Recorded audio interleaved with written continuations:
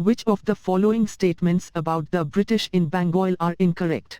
The British purchased the three villages of Sutanati, Kalikata and Govindpur in 1698 from the governor of Bengal.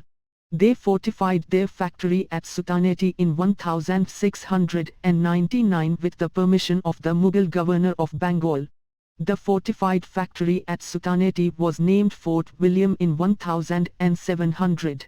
All the English settlements in Bengal were placed under the separate control of a president. The British purchased the three villages of Sutanati, Kalikata and Govindpur in 1698 from the governor of Bengal.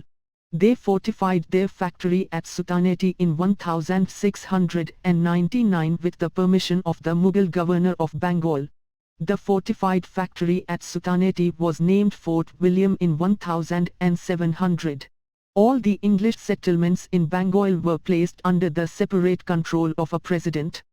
The correct answer is D. All the English settlements in Bengal were placed under the separate control of a president.